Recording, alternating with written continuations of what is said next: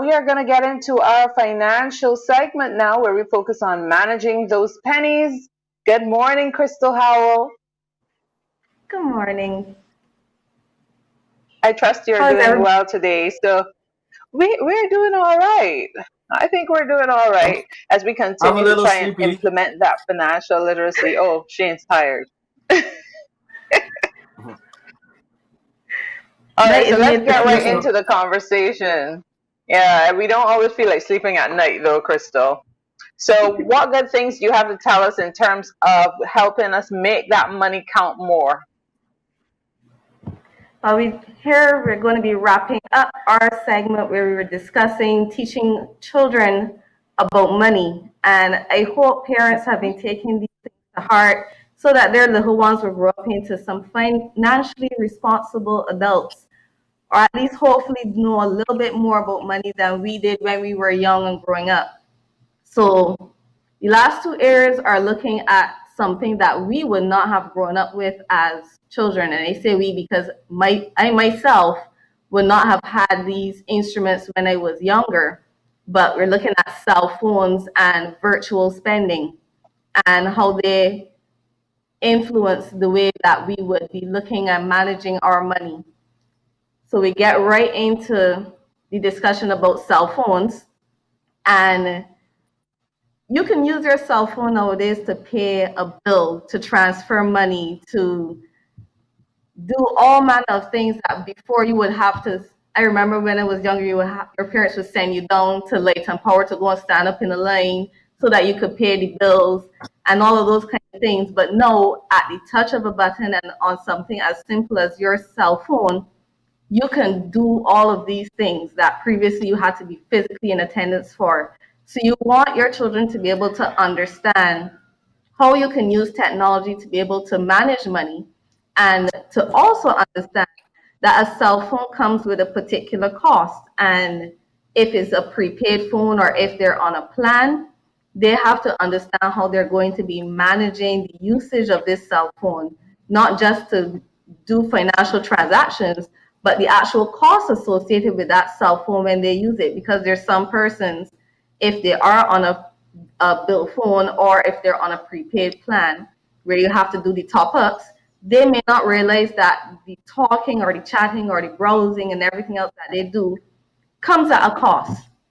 And you want them to be able to understand these things and have an idea of how the bill works, because many times there are adults that they themselves don't understand how these things work. So if you have to pull out the cell phone bill from Floor Digicel and show them this is how the minutes work, this is how whenever you talk, this is the time that is billed on the plan. If you go over the data, this is what happens. If you don't participate in being responsible with this bill, what are the consequences for your child when they don't adhere to the rules in terms of managing a cell phone bill? Yeah, it's all about responsibility. Responsibility, I think, is the key word there. I know that pay as you go is a normal thing, even for adults, to help them manage their finances. What do you think about that Mhm. option for the students at first, for the youngsters at first, before looking at the possibility of a bill phone, even although the bill phone works out to be cheaper? I've had a lot of persons say that as well, where yes, the bill phone works out to be cheaper, but because you're dealing with persons who may at the time not understand responsibility as yet, the risk is a lot lower when you do the top ups, because you know if they waste the $10 and that was your limit, $10 is burnt. But if you have a bill phone and that child, for whatever reason, they fall asleep watching YouTube videos, your bill could be astronomical. So the money that you would have saved goes out the window because the child does not understand the responsibility that comes along with that cell phone as yet. So until the child shows that they understand, and this is not to say that mistakes can't happen. We adults make mistakes, and I think persons need to understand that as well. The same way we could accidentally think that we hung up the phone and we didn't, or we make an overseas call, or these kind of things that happen to us, we seem to expect more of our children than we do for ourselves. So we have to also understand within that learning not to come down with an iron fist the very first time a child makes a mistake as well. Have the discussion. And I think the general theme through all of these sessions we've been having is to involve the child in the discussions, involve the child in seeing behind the scenes and not just a do it because I said so kind of motto that a lot of us have grown up with. If they see the bill and they see the consequences, they'll be able to connect why it is so important. And from all the other things we've been talking about, when they see that the bill is supposed to be $10, but it comes in for $50, and they themselves may have to work it out if you decide that's how they are going to be responsible for it, they will then get to understand better why it's so important to pay attention to avoid these kinds of consequences. Okay, so we have to make all those moments teachable moments so that Yes. you carry them along with you.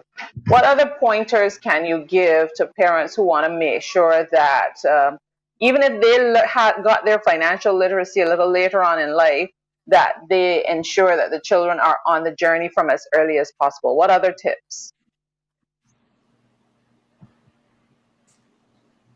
The main thing I would recommend is that they don't look only to themselves.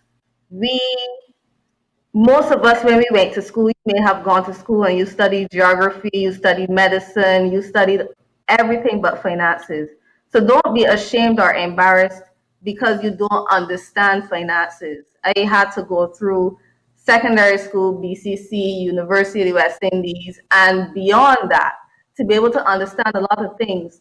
So don't feel ashamed. It's like feeling ashamed because you don't understand medical terms or you don't understand things about your vehicle. I don't feel embarrassed when I go to the mechanic and I don't understand what carburetor is or any of these other terms I will refuse to embarrass myself with.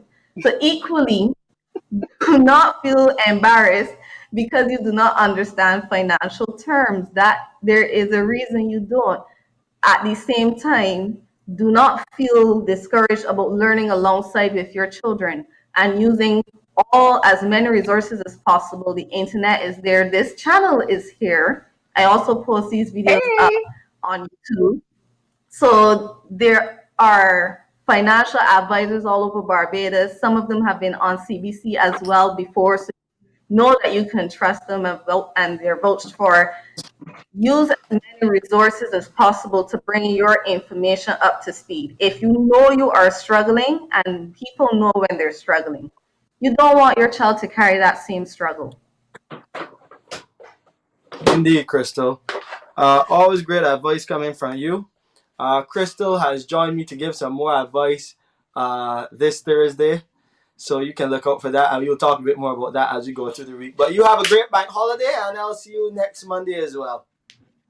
Yes, and always remember, even in those discussions, involve your children with them. This is how we make sure that children know how to prepare for all of these emergencies and events. Yeah, it's indeed a learning experience for sure.